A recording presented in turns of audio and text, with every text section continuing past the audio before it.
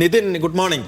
നിതിൻ, ഇപ്പോൾ ഏറ്റവും ഒടുവിലും ഇടുക്കിയിലെ ജില്ലാ പഞ്ചായത്തിലേക്കുള്ള സീറ്റിൽ വലിയ അടി UDF-നകത്തുണ്ടായിരുന്നു.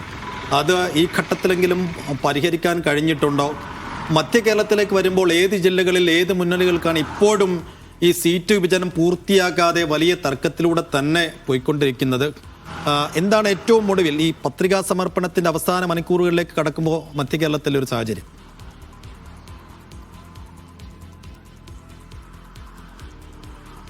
Good morning. മധ്യകേരളത്തിൽ ഏകദേശം സീറ്റുകളൊക്കെ തന്നെ ധാരണയായിട്ടുണ്ട്. നാമനിർദ്ദേശ പത്രിക പ്രധാനപ്പെട്ട പാർട്ടികളിലെ പ്രധാനപ്പെട്ട ആളുകളൊക്കെ തന്നെ നാമനിർദ്ദേശ പത്രിക കഴിഞ്ഞ ദിവസങ്ങളിലൊക്കെ സമർപ്പിച്ചിരുന്നു. കുറച്ചാളുകൾ മാത്രമാണ് ഇനി നാമനിർദ്ദേശ പത്രിക സമർപ്പിക്കാൻ ബാക്കിയുള്ളത്. ഇതിൽ പ്രധാനമായും പാർട്ടികൾ ഇന്ന് പ്രധാനമായും നോക്കുന്നത് വിമത സ്ഥാനാർത്ഥികളെ എങ്ങനെയും പിന്തിരിപ്പിക്കുക എന്നതാണ്. പ്രത്യേകിച്ച് പാലായിലും എറണാകുളത്തുമൊക്കെ കോൺഗ്രസിന് വലിയ തോതിലുള്ള വിമത ശല്യമുണ്ട്. അപ്പോൾ ഈ വിമത സ്ഥാനാർത്ഥികളെ എങ്ങനെ പിൻവലിപ്പിക്കാം, അല്ലെങ്കിൽ അവരുടെ അവരെ എങ്ങനെ അവരുമായി ധാരണയിലെത്താമെന്നൊരു സ്ഥിതിയിലാണ്,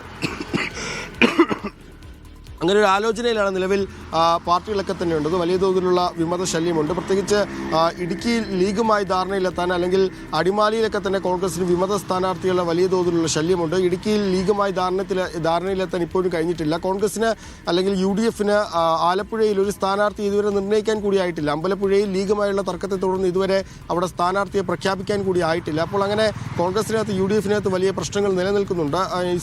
ഇനി LDF-ന്റെ കാര്യം വരികയാണെങ്കിൽ അവിടെയും CPI-യുമായി പലയിടത്തും പ്രശ്നം നടക്കുന്നുണ്ട്. എറണാകുളത്ത് തന്നെ വട്ടാട്ടുപാറയിലും അല്ലെങ്കിൽ പറവൂരുമൊക്കെ തന്നെ CPI ഇടഞ്ഞു നിൽക്കുന്ന ഒരു സാഹചര്യമാണുള്ളത്. അവരെ ഈ അവസാന ദിവസങ്ങളുമൊക്കെ തന്നെ അവരുമായുള്ള പ്രശ്നങ്ങൾ ചർച്ച ചെയ്ത് രമ്യതയിലെത്തിക്കാനുള്ള ഒരു ശ്രമമാണ് നടക്കുന്നത്. BJP-യും BDJS-ഉം തമ്മിൽ സീറ്റ് വിഭജനം അത് കഴിഞ്ഞുവെങ്കിലും ഇപ്പോഴും സീറ്റ് വിഭജനത്തെ ചൊല്ലിയുള്ള തർക്കങ്ങൾ, സ്ഥാനാർത്ഥികളെ പ്രഖ്യാപിച്ച് കഴിഞ്ഞെങ്കിലും സീറ്റ് വിഭജനത്തെ ചൊല്ലിയുള്ള തർക്കങ്ങൾ വലിയ തോതിൽ നിലനിൽക്കുന്നുണ്ട്. അത് ഇന്ന് BDJS-ഉം BJP-യും തമ്മിലുള്ള നേതൃയോഗങ്ങൾ നടക്കുന്നുണ്ട്. ഇരു പാർട്ടികളിലെ നേതൃയോഗം നടക്കുന്നുണ്ട്. അവരുടെ നേതാക്കന്മാർ തമ്മിൽ കൂടിക്കാഴ്ച നടക്കുന്നുണ്ട്. അങ്ങനെ വലിയ തോതിലുള്ള പ്രശ്നങ്ങൾ പല പാർട്ടികളും നടക്കുന്നുണ്ട്. ഏതായാലും ഇന്ന് വൈകിട്ടോടുകൂടി തന്നെ ഏകദേശം ഒരു ചിത്രം തെളിയുമെന്ന് തന്നെയാണ് മനസ്സിലാകുന്നത്.